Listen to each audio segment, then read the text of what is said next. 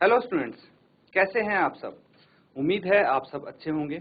ICT virtual classroom में आप सबका स्वागत है। मैं विकास, क्लास 10th का मैथ्स हम करेंगे और एक नया चैप्टर आज हम स्टार्ट करने जा रहे हैं। हालांकि ये चैप्टर प्रीवियस चैप्टर से ही रिलेटेड है काफी हद तक। तो अभी जो हमने किया था प्रीवियस चैप्टर वो था बच्चों इंट्रोडक्शन टू ट्रिग्नोमेट्री, मतलब त्रिकोणमिति का परिचय। अब जो हम करने जा रहे हैं थोड़ा सा एडवांस है। अब है बच्चों उस चीज की एप्लीकेशन, उसके अनुप्रयोग, कि जो ट्रिग्नोमेट्री हमने सीखी है उसको यूज डेली लाइफ में इस्तेमाल कैसे करेंगे, कहाँ करेंगे, ये जरूरी है। तो इसीलिए ये चैप्टर हम यहाँ पे करने जा रहे हैं। और मैं बता दूं आपको स्टूडेंट्स कि आपकी डेली लाइफ में ये काफी हद तक यूज होती है।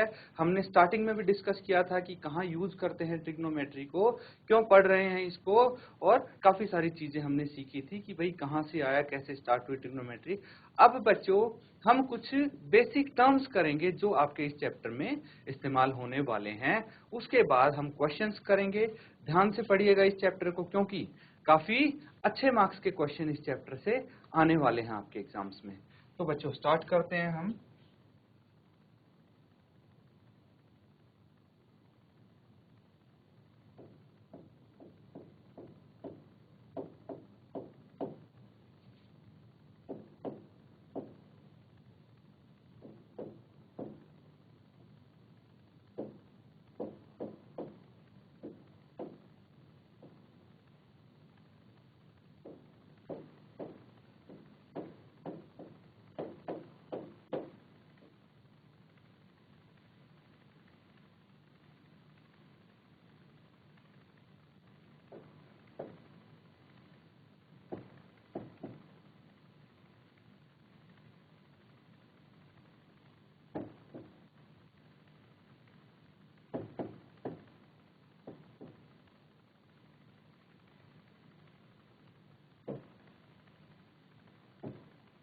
तो स्टूडेंट्स हम पढ़ रहे हैं सम एप्लीकेशंस ऑफ ट्रिग्नोमेट्री।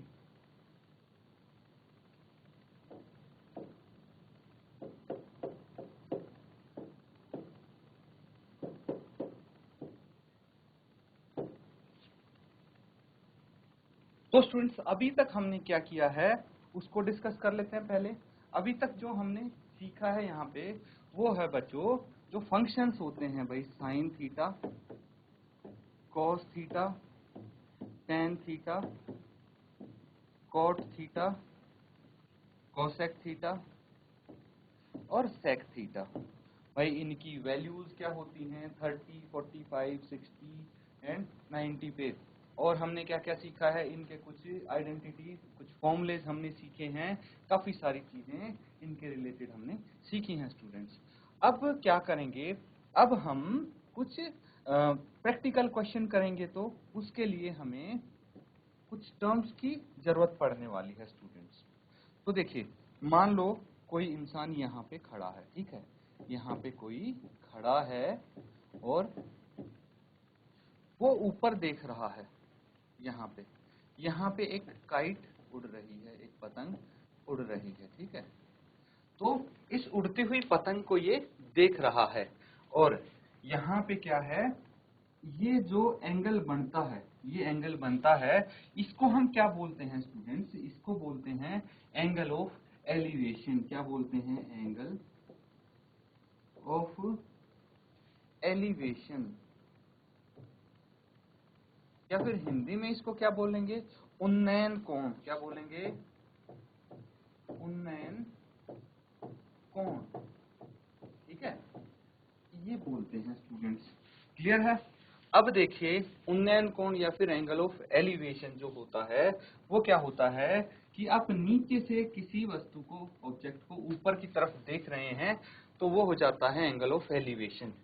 और ये कहाँ तक आता है, कहाँ तक हम इस एंगल को कैलकुलेट करते हैं, काउंट करते हैं, इस लाइन तक। और ये लाइन क्या है, इसको बोलते हैं बच्चों हॉरिजॉन्टल लेवल।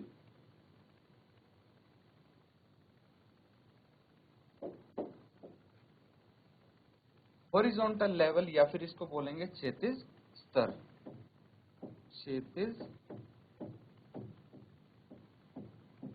स्तर, ये बोलेंगे स्टूडेंट्स।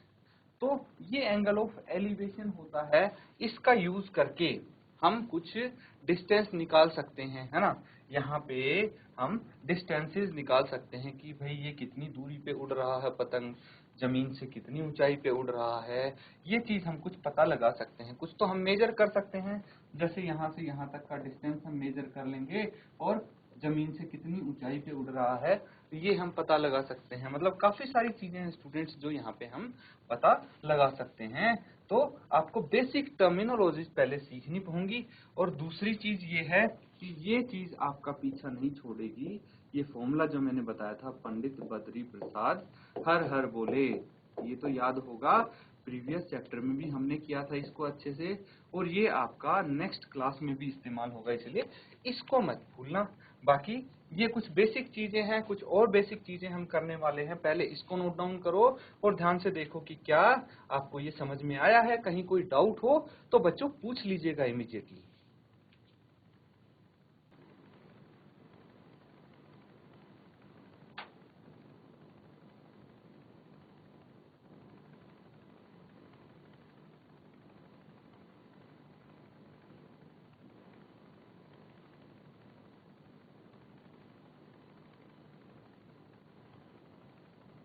तो बच्चों ये चीज आपको समझ में आ गई कि एंगल ऑफ एलिवेशन कैसे बनता है। How do we form angle of elevation. तो बच्चों अब यहाँ पे आप क्या देखेंगे कि ये जो ट्रिग्नोमेट्री ये सब्जेक्ट पढ़ रहे हैं, ये कहाँ कहाँ इस्तेमाल हो सकता है, ये चीज आपको पता लगेगी कि भाई किस किस चीज के लिए इसको यूज कर सकते हैं। वैसे मैं आपको एक बेसिक अगर बैकग्राउंड बता दूं तो ये एक तो बहुत पुराना सब्जेक्ट होगा ट्रिग्नोमेट्री। दूसरा क्या है स्टूडेंट्स, अगर हम मैप्स बनाते हैं, क्या बनाते हैं, मैप्स बनाते हैं, तो उसमें इसको यूज करते हैं। फिर नेविगेशन हो गया, ठीक है, नेविगेशन हो गया, उसमें इसको यूज करेंगे हम, ठीक है। अगर मान लीजिए हमें दूर के डिस्टेंसेस निकालने, जैसे स्टार के डिस्टेंसेस निकालने हैं, उसमें भी हम इसको यूज कर सकते हैं। कोई बड़े बड़े डिस्टेंसेस हो गए उनमें यूज करते हैं बच्चों। इस तरह से बहुत सारी चीजें हैं जिसमें हम इनको यूज कर सकते हैं। तो चलिए ये तो हो गया एंगल ऑफ एलिवेशन। अब हम पढ़ेंगे एंगल ऑफ डिप्रेशन कैसे फॉर्म होता है। How do we form angle of depression, ये देखेंगे बच्चों। तो यहाँ पे क्या आ जाता है, angle of depression. Angle of depression कैसे फॉर्म होता है, इसको हिंदी में क्या बोलते हैं स्टूडेंट्स, ये भी साथ के साथ आप लिख लीजिए। इसको बोलते हैं अवनमन कोण, अवनमन कोण। तो बच्चों यहाँ पे ना एक चीज की बहुत आवश्यकता है, आपको जरूरत है इमेजिन करने की। अगर आपकी इमेजिन करने की पावर बहुत अच्छी है तो आप इस चैप्टर को बहुत ही इजीली कर सकते हैं। यहाँ पे इमेजिन करना है आपको, भाई आंख बंद करके सोचना सबको आता है। भाई इमेजिन आप अगर जितना अच्छा कर पाएंगे उतना ही अच्छे से इस चैप्टर के डायग्राम्स बना पाएंगे और उतने अच्छे से क्वेश्चन आपके सॉल्व होंगे। जो डायग्राम बन गया वो आपका मतलब क्वेश्चन इजीली हल हो जाएगा। अब देखिए एंगल ऑफ डिप्रेशन कैसे फॉर्म होता है उसके बारे में हम डिस्कस कर रहे हैं। तो मान लीजिए ये कोई घर है, ठीक है, एक घर है, ये घर है, इसकी छत पे एक लड़का खड़ा है।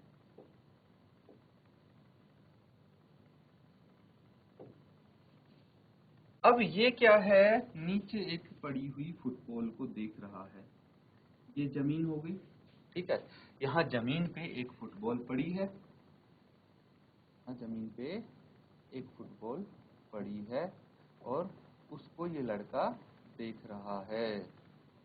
स्टूडेंट्स तो कैसे देखेगा, भाई यहाँ से इसकी नजर इस फुटबॉल पे पड़ी, ऐसे ही देखते हैं हर कोई किसी भी वस्तु को ऐसे देखते हैं। तो इसको क्या बोलेंगे बच्चों, इसको बोलेंगे लाइन ऑफ साइट।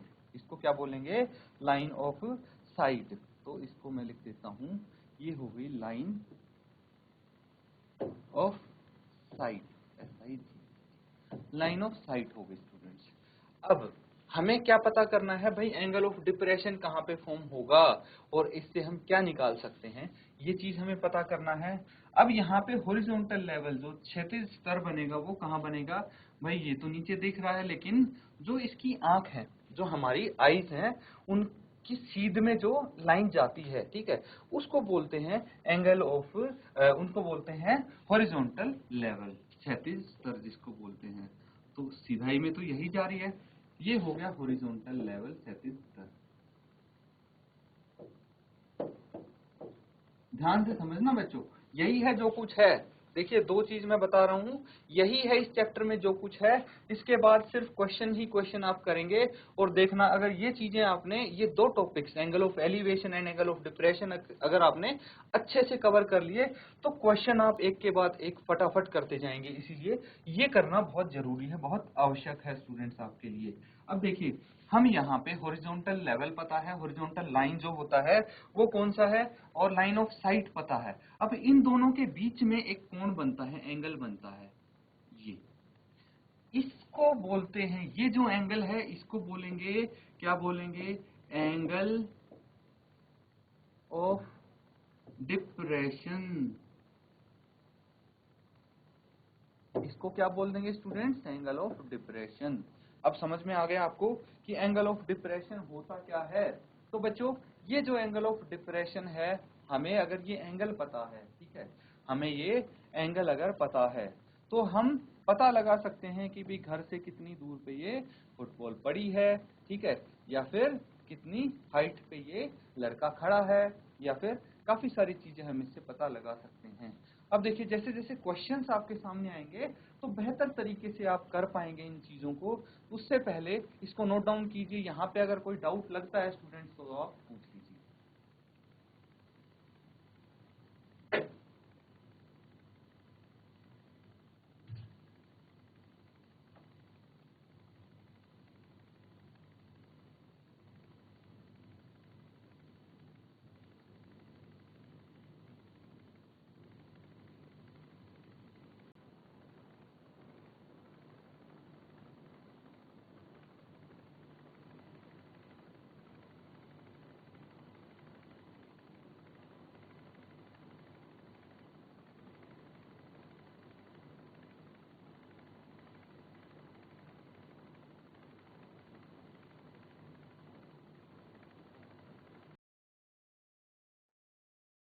तो स्टूडेंट्स, यहाँ तक आपको समझ में आ गया है। देखिए, ये बेसिक चीजें हैं, ये हमने सीख ली हैं। अब क्वेश्चन करेंगे तो आपको पता लगेगा कि कैसे हम इनको अप्लाई कर पाएंगे। तो इनको अप्लाई करना है। अब पहले क्वेश्चन को देखिए ध्यान से।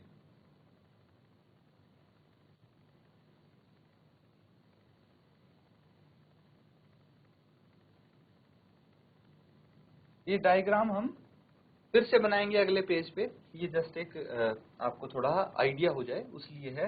हो सकता है क्लियरली ना दिख रहा हो, बट आइडिया जरूर लग रहा है आपको। तो देखिए क्या है, सर्कस आर्टिस्ट। सर्कस देखा होगा, सब बच्चों ने देखा होगा सर्कस क्या होता है।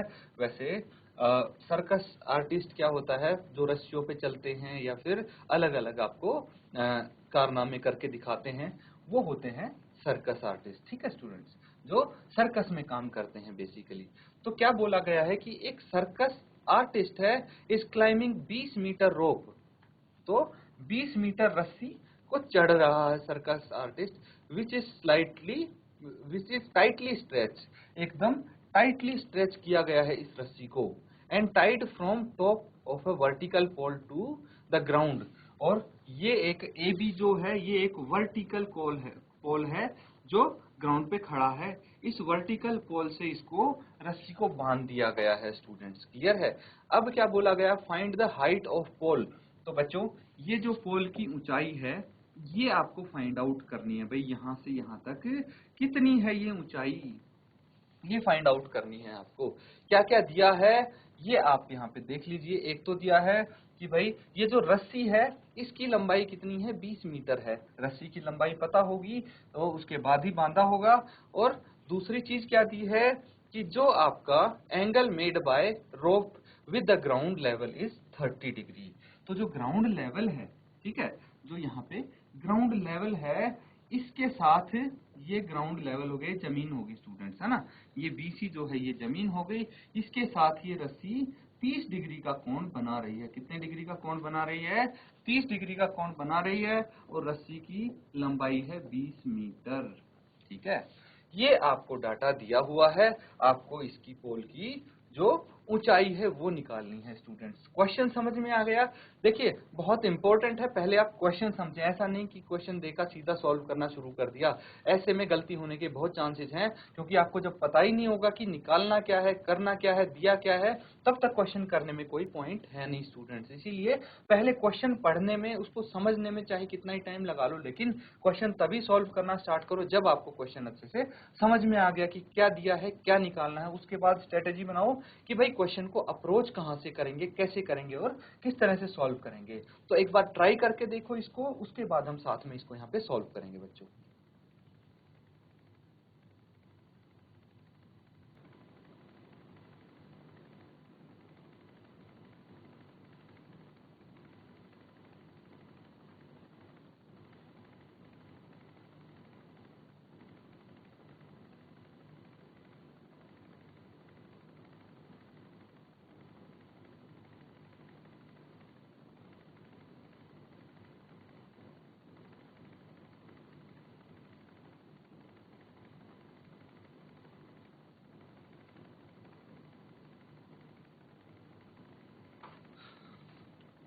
तो सबने ट्राई किया इसको। अब देखिए कैसे अप्रोच करना है वो यहाँ पे देखेंगे हम। एक ट्रायंगल मैं यहाँ पे बना देता हूँ आपके लिए, जो कि है राइट एंगल ट्रायंगल। ठीक है, कुछ इसी तरह का फिगर है ये। अब बिल्कुल वही करेंगे हम। देखिए ए बी सी हम ले लेंगे और सी पे एंगल है 30 डिग्री, है ना। नाम हो गए A B and C. B पे है ये राइट एंगल एंड सी पे है कौन, 30 डिग्री का। रिलेट करिए स्टूडेंट्स, ये एक पोल खड़ा है, ये एक रस्सी है एंड ये ग्राउंड है। ठीक है, जो पोल है ग्राउंड से 90 डिग्री का कोण बना रहा है और रस्सी जो है वो ग्राउंड से 30 डिग्री का कोण बना रही है और रस्सी की जो लंबाई है वो 20 मीटर है। अब अगर हम बात करें इसकी ट्रिग्नोमेट्रिक टर्म्स में, तो ये क्या हो जाता है, ये थीटा हो जाता है ना, ये थीटा हो जाता है। थीटा यहाँ पे कितना है, 30 डिग्री है। और जो थीटा होता है हमारा, उसके अपोजिट वाली साइड, उसके सम्मुख जो भुजा होती है, उसको क्या बोलते हैं, लंब। क्या बोलते हैं, लंब या फिर परपेंडिकुलर। इतना समझ में आया स्टूडेंट्स, इसको परपेंडिकुलर बोलेंगे। और जो इसके संलग्न भुजा होती है, साथ वाली भुजा होती है, इसको हम क्या बोलेंगे, इसके एडजेसेंट साइड को हम बोलेंगे बेस बच्चों, आधार। ठीक है, आधार लिख देता हूं मैं आपके लिए, ये आधार बोलेंगे इसको, यानी बेस। और जो ये रस्सी है, ठीक है, AC जो साइड है इस त्रिभुज की, जो कि 90 डिग्री के अपोजिट साइड है, इसको हम क्या बोलेंगे, कर्ण। क्या बोलेंगे, कर्ण या फिर हाइपोटेन्यूज। कर्ण या फिर हाइपोटेन्यूज हम बोलेंगे। अब बच्चों यहाँ पे आपको निकालना क्या है, लंब निकालना है। और दिया क्या है आपको, कर्ण की लंबाई दी गई है। तो इन दोनों का इस्तेमाल करके क्या कुछ हम कर सकते हैं, ट्राई करते हैं, देखते हैं। तो देखिए धीरे धीरे मैं क्वेश्चन को सॉल्व करने की तरफ जा रहा हूँ। पंडित बद्री प्रसाद हर हर बोले, ये फॉर्मूला नहीं भूलना है स्टूडेंट्स आपको। अब देखिए कि एक तो चाहिए हमें P और एक H, ठीक है, और हमारे पास थीटा ऑलरेडी है ना, थीटा ऑलरेडी है। तो P बटे H का हम कुछ कर सकते हैं, है ना। P बटे H क्या होता है, P बटे H, P यानी लंब और H यानी, तो स्टूडेंट्स ये जो परपेंडिकुलर बटे बेस है, इसको क्या बोलते हैं हम, ये हो जाता है साइन थीटा, है ना। साइन थीटा क्या होता है, P बटे H, फिर B बटे H होता है कोस थीटा के इक्वल एंड P बटे B होता है टेन थीटा के इक्वल। ये हमने इससे जो प्रीवियस चैप्टर किया था उसमें भी सीखी थी ये चीजें। अब देखिए लंब है और कर्ण है, इनके अगर नाम लिखें बच्चों, तो लंब क्या हो गया AB और कर्ण हो गया AC, है ना। हमें क्या फाइंड आउट करना है, हमें फाइंड आउट करना है स्टूडेंट्स AB। AB का नहीं पता ना भाई, लेंथ ऑफ पोल मतलब हाइट ऑफ पोल ही तो हमें बतानी है। तो कैसे फाइंड आउट करेंगे स्टूडेंट्स, मैं लिख देता हूँ AB बटे AC और साइन थीटा। थीटा कितना है यहाँ पे, 30 डिग्री है स्टूडेंट्स, कितना है, 30 डिग्री है। तो हम 30 डिग्री यहाँ पे लिख देते हैं साइन को। अब AB की वैल्यू भी अगर आपको पता है, नहीं पता, AB तो निकालना है, तो हमें क्या पता है, AC की वैल्यू पता है, AC कितना है 20 मीटर है, तो इसकी वैल्यू रख दी 20 है ना। और sin 30 की वैल्यू क्या होगी स्टूडेंट्स, ये आपको देखना है। तो sin 30 की वैल्यू होगी 1/2, 1/2 होगी। अब हमें निकालना क्या है, हमें AB निकालना है। तो जो डिनोमिनेटर में 20 दिया है उसको हम न्यूमरेटर में ले जाएंगे, तो ये हो जाएगा 20/2, कैंसल आउट करेंगे, ये आ जाएगा 10। तो AB कितना आ गया, AB इक्वल टू आ गया 10 मीटर। यानी जो पोल है उसकी लंबाई कितनी है, 10 मीटर है। तो आप लिख सकते हैं height of the pole is 10 metre. ये आपका क्वेश्चन कंप्लीट होता है स्टूडेंट्स, इसको नोट डाउन कर लीजिए।